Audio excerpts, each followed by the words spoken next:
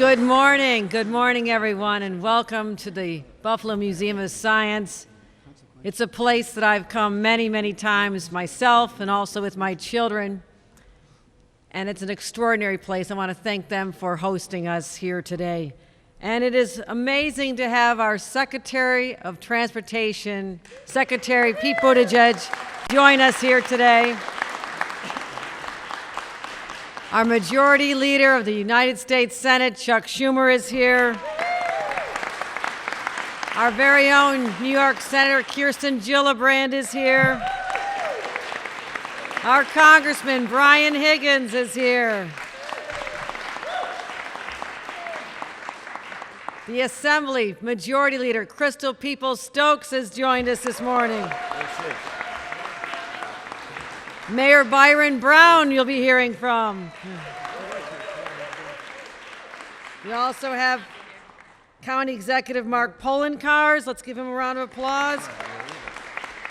New York State DOT Commissioner Marie-Therese Dominguez has joined us.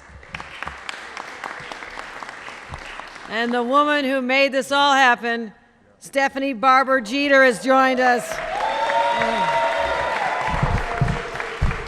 Well, I'm here to welcome you to my hometown. I'm so proud to be a Buffalonian. Go Bills. There's always next year. It's our there's always next year. But we're not waiting another year to correct an injustice that has plagued this city for far too many years. Back in the 50s and 60s, people thought that this part of our community was disposable. It didn't have any political clout, and they could do whatever they want right through it, and they did. They literally severed the artery that was part of the beating heart of a growing, beautiful, robust black community right here in Buffalo, and nobody gave a damn back then.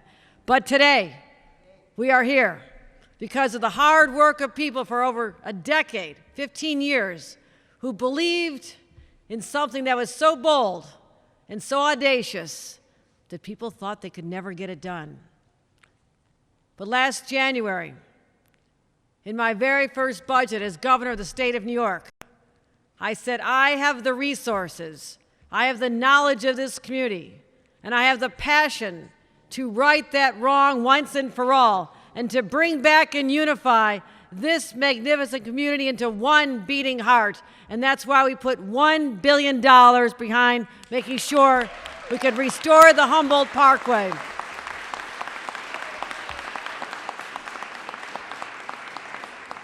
And I'm proud that this is one of 4 Reconnect Communities projects here in the state of New York. We're finishing up in Rochester. We're doing this in the Bronx, the Cross Bronx Expressway. We're doing it at I-81 in Syracuse. These are projects that are correcting a decision made decades and decades ago that certain communities didn't matter anymore. And we're here to say they do. And I'm really proud to have our Secretary of Transportation here, because this is also going to be one of the largest projects in their Reconnecting Communities project across the entire nation, because they believe in us as well. So I want to thank President Joe Biden for the money from the infrastructure bill worked on by our senators, Senator Majority Leader Chuck Schumer and Kirsten Gillibrand, to get the resources to help us do it in the way it needs to be done. I'll let them speak more about that. But this is one of my top priorities. I am so committed to this project, and we will get the workers we need to get it done. And we have the first time in this nation mandated local hiring from this community, so the people who are hurt the most can get these good paying jobs, over 1,500 jobs. And if you know anybody who wants to go into the trades, give us a call, because we have so many jobs now. Opposite of when I grew up here in Buffalo, and all my siblings had to leave because there were no jobs. Now the jobs are there, but let's connect the people to the training and the opportunities, and they'll be connected to a great paycheck. That's what this is about also. But not just building a road or not fixing a road, healing a neighborhood, but what we do afterward. This is going to be populated with beautiful parks and new homes and rehabilitated homes and businesses that are so vibrant. This will be one of the hottest properties in all of Western New York. Mark my words. I am so excited to get this project going. And with that, I'm going to introduce a great partner in this project, our great Mayor Byron Brown.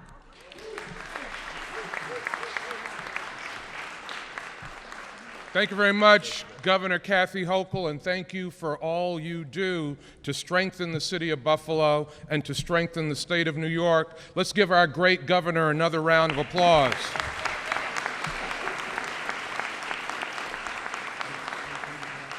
We're very appreciative to have Transportation Secretary Pete Buttigieg here in our city. We're thankful to President Biden for honoring his commitment to never forget about the city of Buffalo. Let's give Secretary Buttigieg a round of applause.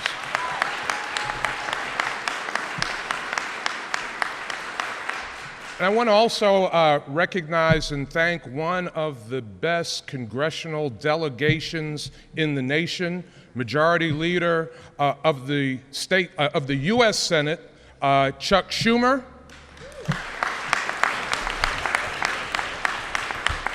Senator Kirsten Gillibrand. And during the pandemic, when the president was trying to get the infrastructure law passed, someone that I heard from getting updates almost every single day was our Congressman Brian Higgins.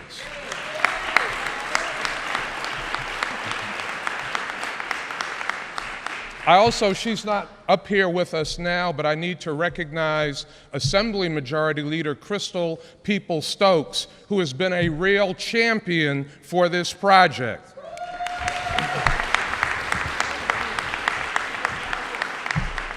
The governor said it well. For 15 years, this community, the Restore Our Community Coalition, the Hamlin Park Community and Taxpayers Association, met every single week pushing this project, worked every single week to address an inequity that happened to this community when the expressway went in and divided the black community in Buffalo.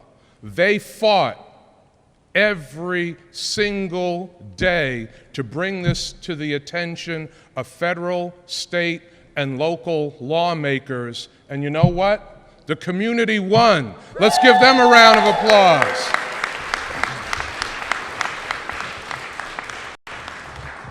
The communities are the real heroes in this process. But we have to thank our president and our federal leaders. We have to thank our governor and our state leaders for listening to this community. And as you heard Governor Hochul say, this is going to be more than just an infrastructure project, because the harm that was done to this black community, the harm that was done to East Buffalo, the harm that was done to the city of Buffalo is more than just infrastructure. So we have to focus on homes. We have to focus on black businesses. We have to make sure that there are black and brown workers on this project when over $1 billion is being spent to reconnect the community. And all of these leaders up here have committed to that. So I'm a happy person today.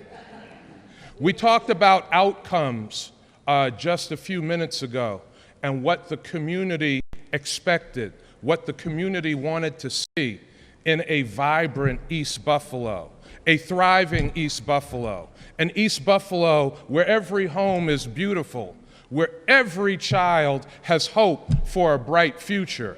This project is going to be transformational, and it's now my pleasure, my privilege, my honor to recognize the president of the Hamlin Park Community and Taxpayers Association, one of the heroes, one of the sheroes of this project, Stephanie Barber Jeter. Okay, so this right here, okay? Yeah. So first I want to say an important statement. You do nothing alone. So I would like to ask the members of the fantastic Restore Our Community Coalition to stand up. Stand up, y'all. Come on, y'all. Let them see what they're working with. Thank you. Thank you. Thank you. Thank you. Somebody in the back. Thank you very much. This is a proud day for all of us. It is a lot of years doing this. And I want young people to know nothing happens quickly. It takes time. You'll get frustrated, mad, sometimes very glad. But on a day like this, you're awfully proud of the fact that your work has not gone unlooked at and understood. You get to understand that people like you and me and others of all cultures and races believe you need to have a chance to make it. So we proudly leave you a neighborhood when it's your turn. You're gonna love this place. East Buffalo will be what you want it to be. I wanna also say that the people standing behind me, elected officials, for once in my lifetime, gathered together and decided they would deliver the goods to the community. And it was, we were almost in shock. They called us together right before the pandemic in the park, and they said, you know what? We're gonna deliver this to you. We're gonna work in the way you want us. We're gonna bring the money to make this transformation. And of course, we were like, okay, we heard that before, right? Yeah. But guess what? They brought home the bacon. Here we are. Right? Brought home the bacon. You know?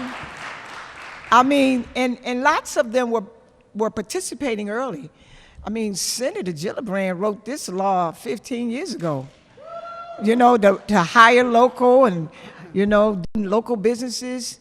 You know, the Congress Majority Leader, Mr. Schumer, would come to town and say, one day it's gonna happen, you know? And then we had the governor, and then we had Crystal Peoples-Stokes, our girl, right? Who pushed this big rock up the hill. Because you know what? $1 billion is a lot of money. I don't know what you think, but I know. And then the money that we got today, the $55 million, that's a lot of money. I don't personally know anybody with that amount personally, but that's a lot of money. And so we are grateful, thankful. We know that God is looking down on us. I want to introduce to you my favorite Irish congressman. We first worked together when we worked on the Buffalo Common Council staff. He was always ready to serve. He is a good friend and a supporter of this community. I know that and I told him this before, way back in history, we're gonna do a genealogy test, because way back in history, probably in the mid-1800s, you know, our families mixed together, and down in the South. We got some bloodlines, because, you know, his closeness to our community has to be noted as worthy. He has always thought about how can I include the African-American community in the east side of Buffalo in what I'm doing. And for that, I'm very proud of him. And I want to introduce him, man of the moment, Mr. Higgins. Thank you. Thank you very much, Stephanie. Senator Chuck Schumer, the majority leader, as has been said, probably the most consequential Senate majority leader in the last century. Kirsten Gillibrand, Mayor Byron Brown, and the Restore Our Community Coalition. We are here with the U.S. Transportation Secretary, the Honorable Pete Buttigieg, and the reason we're here today is Secretary Buttigieg is not interested in through counts. He's not interested in the exclusive objective of moving cars. He's a former mayor, like our mayor. He has a vision for what makes communities better and stronger in places where people want to invest. Secretary Buttigieg, we are honored that you came to our city today to deliver $55 million for this very, very worthy project. Thank you for being here.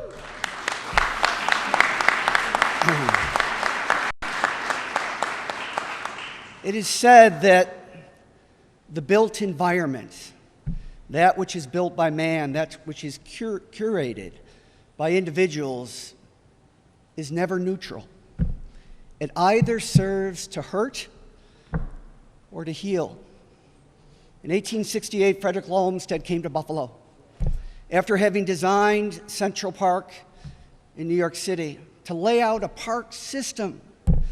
6 parks, not 1, 7 parkways. The most glorious of which was Humboldt Parkway. It was used by kids to play in, by adults to walk in. If you look at the historical record, it talks about the Olmsted Park system, and there's an asterisk next to Humboldt Park with one word. It says lost. Today it is found. Today it is found.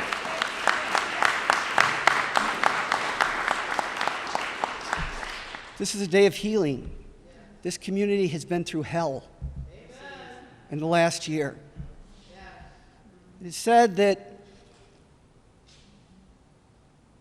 we suffer our way to wisdom. We suffer our way to wisdom. To live is to suffer. To endure the suffering, to transcend it, is to give the suffering meaning. When you suffer, 2 results.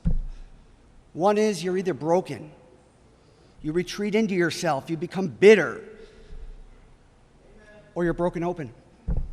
You give of yourself to friends, to family, and to community.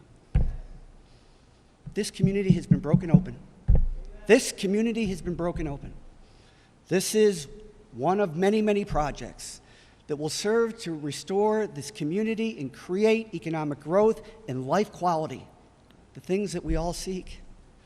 So this is a good day, as Mayor Brown has said, as the Secretary has delivered, as the vision and hard work of Majority Leader Chuck Schumer has produced, along with my great friend and former colleague in the House of Representatives, and now the junior senator from the state of New York, Kirsten Gillibrand.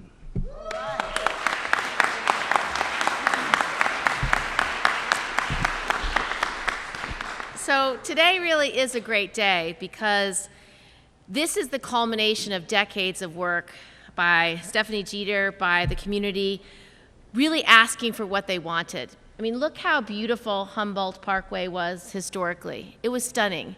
It was a glorious community where families could communicate to their neighbors, walk across the street, and you look today, it's divided by the highway, just divided straight in half, and it cut this community in half because at that era, they didn't care about low-income communities, they didn't care about black and brown communities, and they designed our infrastructure in this Robert Moses era to really undermine low-income communities and communities of color. And so this is the day that we are actually rectifying that wrong. And I really want to emphasize how important the community is. One of the first meetings I took when I became senator in 2009 was with Stephanie. And it was with many of these community members that are here today. And they showed me the plan of what this new reform would look like, what the community would look like. And it was the labor of love that Congressman Higgins has had from the very beginning. Crystal Peoples-Stokes, she said this was the one thing I want you to do for Buffalo when I didn't know much about Buffalo. So this has been a long journey. But I can tell you nothing gets done if you don't have the right people in the room. And that's why the people standing behind me are so essential. If this wasn't a priority by President Biden to really invest in infrastructure as one of his hallmark achievements, this wouldn't have happened. If he didn't put our Secretary Buttigieg in charge to make sure that these communities were made whole, it wouldn't happen. If we didn't have Senator Chuck Schumer as the majority leader, there's no way $55 million would be flowing to this community. No way. If we didn't have our mayor, who has constantly been looking out for this community to say, we need resources here it wouldn't happen. If our county executive, Mark Poloncarz, didn't care about making this community revived and creating a growing economy, it wouldn't happen. So this is something that is a testament to the people that are here and all the people who have fought for decades before any of us even knew about it. So I want to thank you for that. This legislation and this grant is something that will create jobs. The provision that I worked on so hard was build local, hire local, that if you are going to take these large infrastructure projects, that the people who need to be hired are the local people, that they need to get the job training to become part of the building construction trades, to become part of the workforce that gets to do these great projects of national significance, and that provision got included. We wanted to make sure that this kind of project would be important to the White House. We brought Mitch Landrieu here just a few months ago so he could see how big and how incredible this would be for the community and how it would be transformed. And so all the work that so many people have put in is why this is coming today. And so I just want to introduce our majority leader now, who I can't tell you what a difference he's made for the country, post-COVID, bringing resources everywhere that needed it, how much work he did on a bipartisan basis to find that common ground with Republicans on the big infrastructure bill, on the CHIPS Act bill, on our reforming gun violence bill. All of those things would never have happened without Chuck Schumer. And he is someone who just loves Buffalo, loves this community, and goes the extra mile every single day to make a difference. Chuck Schumer.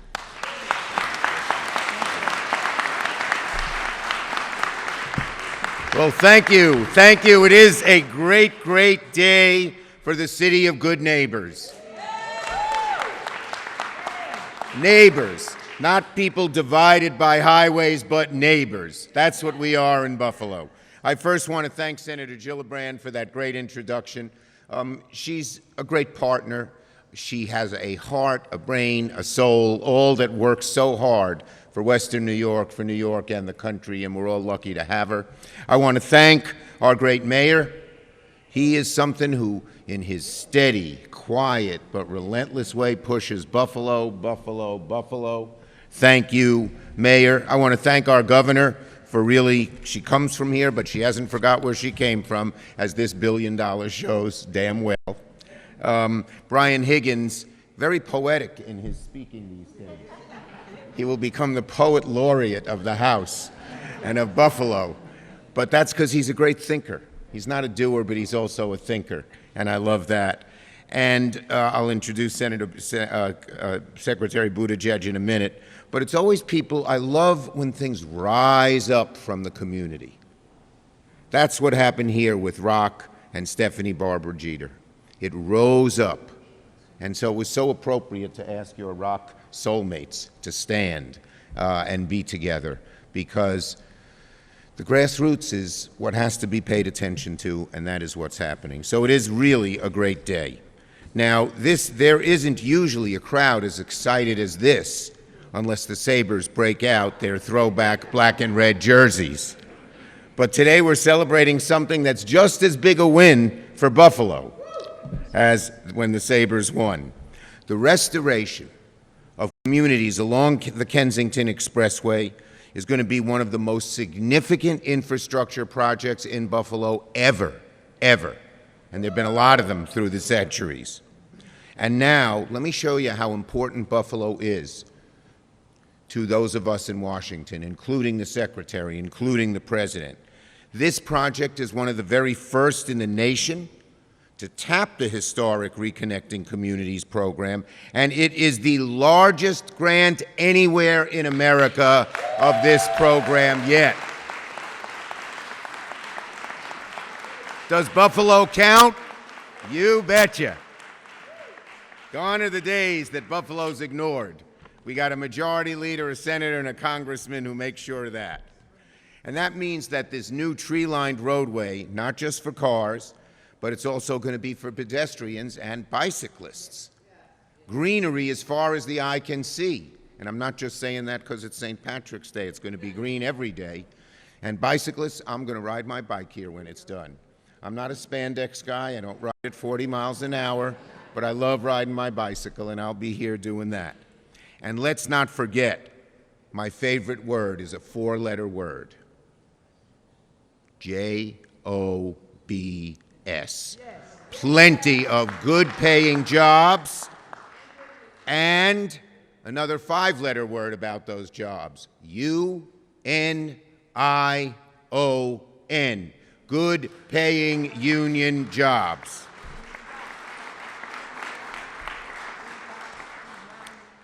Building up the community, making good wages to support families so they can have a better place to live in and work in for generations is so important. And this major federal investment puts a national spotlight on Buffalo as a model how America can fix past mistakes, how ruthlessly highways were built dividing communities, how the poor and powerless were often subject to the worst of these consequences. And we're changing that. And a country and a community that can admit there were mistakes, even if they were decades ago, is a bigger, stronger, better country and a bigger, stronger, better community. Infrastructure should never again divide our communities. It's supposed to be convenient, a way to make it easier to get to work and shop and take the kids to school. But if you ask anyone here on Buffalo's East Side, in East Buffalo, they will tell you that for too long, the hulking walls, like Kensington's, have not been a connection, but a barrier, a barrier. For decades, 33 stood as a concrete symbol of the city's racial division. A barrier to jobs, a barrier to equity, a barrier to progress. For the Martin Luther King and Hamlin Park neighborhoods that have been divided since the Kensington Expressway is built. And it's appropriate, and maybe a little bit ironic, that the expressway is just 2 blocks from the Top supermarket, where 10 people were murdered in a racist attack last year. He went to that neighborhood, that community gathering space, because it was one of the very few oases on the East Side, because economic opportunity had been so stifled. But now we're bringing that all back. Today's investment is about building a future. It's about righting past wrongs. The federal government was responsible for segregating neighborhoods like this. Now the federal government has a responsibility to undo that. And that's what this program does under Secretary Buttigieg's wide leadership. I was so proud to push forward as majority leader and pass the Bipartisan Infrastructure Bill. $1.2 trillion of infrastructure. And I want to tell Buffalo and Western New York, this is a big grant. You're going to see more of them in the future out of the Bipartisan Infrastructure Bill.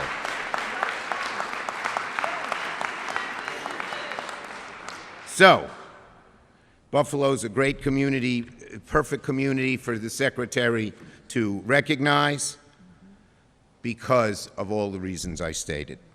So now let me do this. You know, I've seen a lot of cabinet secretaries in the years I've been in the Senate. You know, I just won my 5th term. I'm the first New Yorker ever to have 5 terms in the Senate. Thank you. It's humbling and gives me motivation. But I've seen a lot of cabinet secretaries. Some of them just stick to their desks in Washington. A few of them have no darn idea of what's going on in the rest of the country, the parts they didn't come from. It's rare, though, you get a cabinet secretary who knows the subject, transportation, community development, who knows the people. He was mayor, he knows what it's like, and who has the drive, the intelligence, the strength, the fortitude, and the honor and decency, not just to be a cabinet secretary, but his mission is to get a whole lot done. Today is just one example of the many things that Secretary Buttigieg has done and will do for New York and for Western New York. I don't think we could have a better, I talk to him at least once a week. If we don't talk once a week, something's the matter. We could not have a better transportation secretary for Western New York and for the country than what I like to call affectionately Mayor Pete Buttigieg.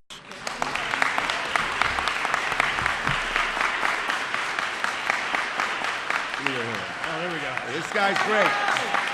This guy is great.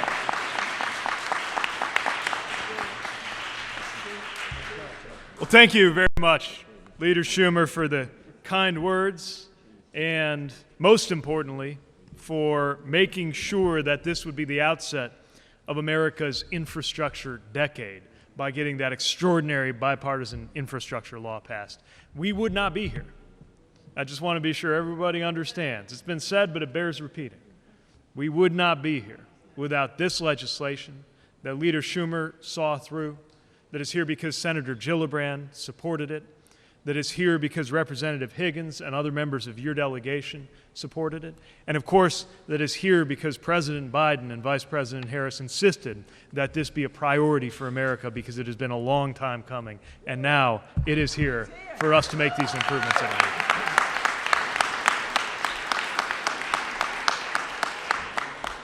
I'm so appreciative to Governor Hochul and her New York DOT. The commissioner is here, just saw her, there you are, who are undertaking this extraordinary work, who understand the importance of infrastructure, and that there's a lot more to it than simply repeating the patterns that we inherited.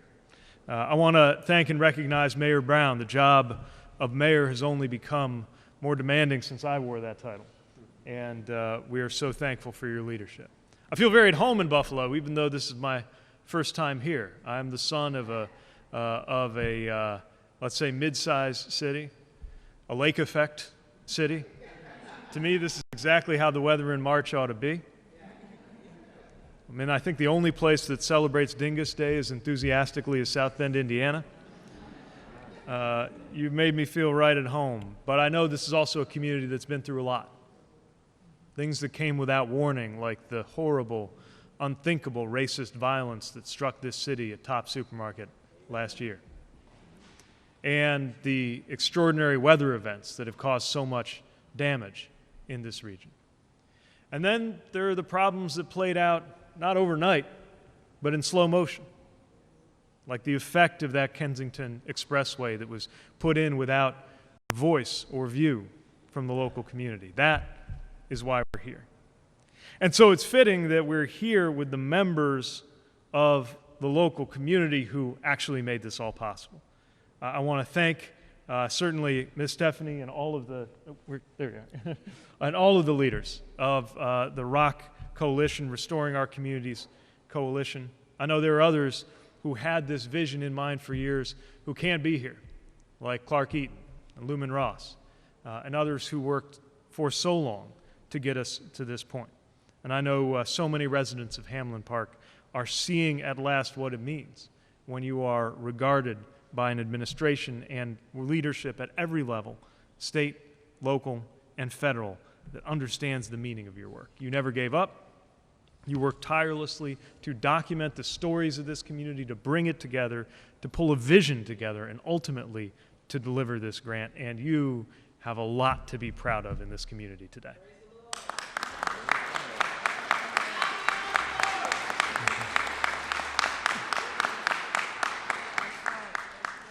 You know, in the 2 years since I've been sworn in this job, I've seen and we've supported wonderful examples of how infrastructure can connect, can transform communities for the better. And our national transportation system, from the interstate highways to the rail networks, are a marvel, some of the greatest achievements in the history of this country. But we've also seen, and I've seen firsthand, how pieces of infrastructure that ought to be connecting wind up doing the opposite.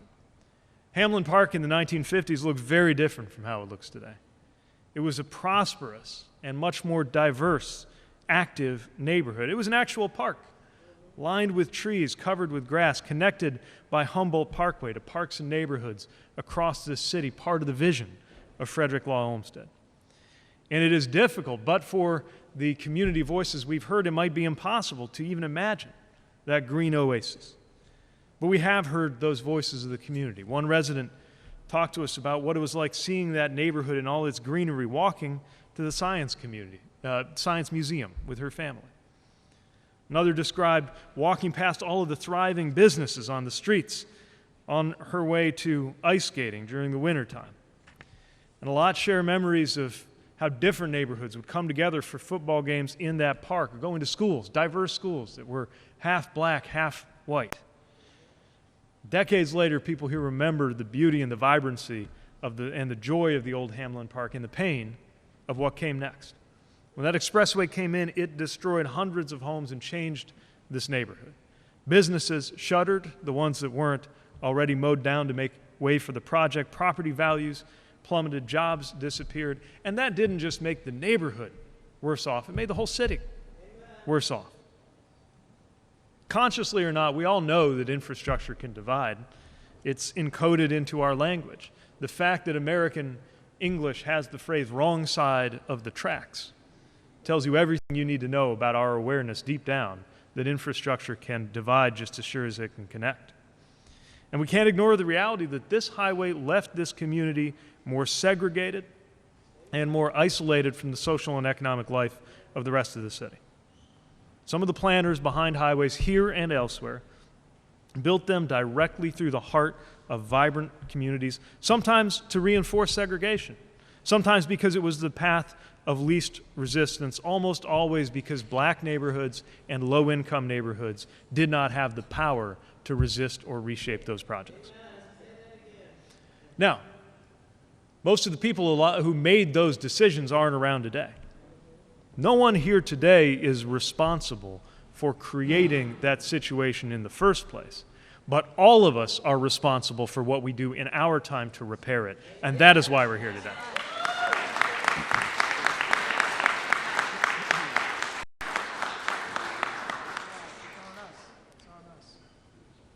And the collection of that historical record, the consolidation of a community vision, what Rock has achieved, is part of that incredibly important work of repairing what was broken. The other part of that is funding. And that is why we are so supportive of the state's efforts and why we are proud to support this community vision, not just with heartfelt words of encouragement, but with $55 million from our Reconnecting Communities program.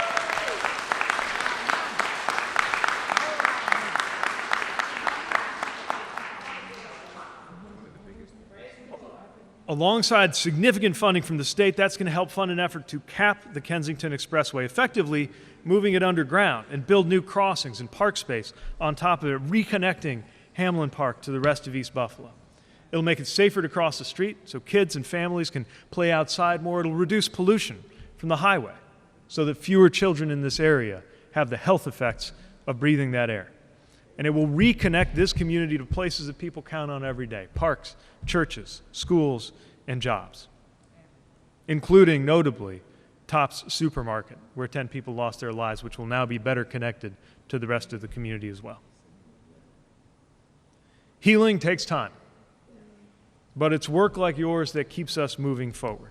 And it's just one of 45 projects. Well, I shouldn't say just one because, as Leader Schumer noted, is the biggest of the 45 grants we have to announce this year. But it's one of 45 projects we're announcing around the country.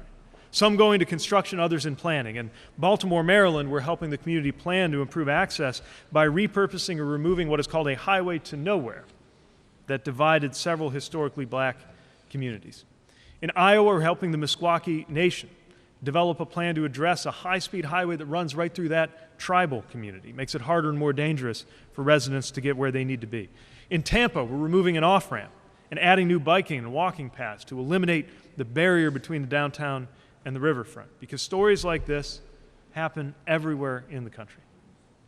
Some of these grants are helping take a project from the drafting table to shovels in the ground, which is part of why we're so excited about Buffalo. Others are planning grants that can in turn make it easier for communities to access other sources of funding. And we've already been able to fund projects that have this effect in Detroit, Charleston, Louisville, and more places. And no matter what form these projects take, and they're all different, they have certain things in common. One, we're working to make sure they create good paying jobs so that workers get a fair wage and build generational wealth in the course of that repair. And that is something we hope and expect to see here on this project in Buffalo.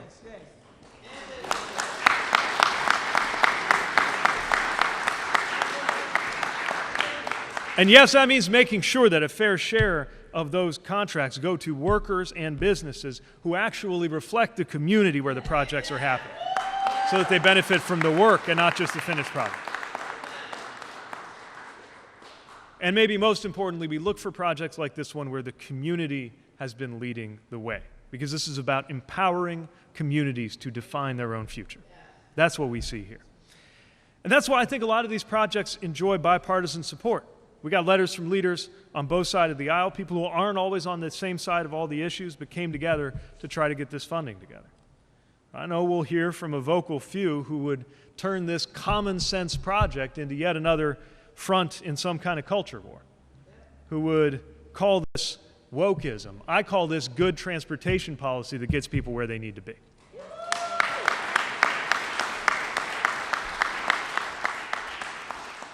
There is nothing divisive about healing what is broken. This is not an exercise in blame or guilt. It is delivering solutions and fixing what must be fixed. Because these are highways, roads, and railways. They're not rivers or lakes or mountains. They're not divinely ordained. They were put here by people.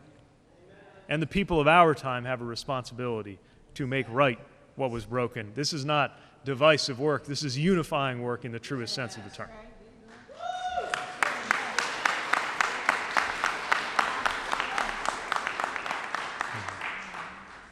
Just want to end with a note of recognizing the young people who are here, students from the school who are nearby, because I need you to understand that so much depends on your success. And this is about your success. This is making sure that the streets that you will walk on and drive on and open businesses on and commute on and celebrate life on will be better than the ones that you inherited. That is our purpose, it is our obligation, it is our hope, and is why we can't wait to see this community put these dollars to work and deliver solutions that will make this whole country proud. Thank you again. Congratulations to this community. You got a lot to be proud of. Great job. Thank you so much. Did I hand you that memo? I've got it.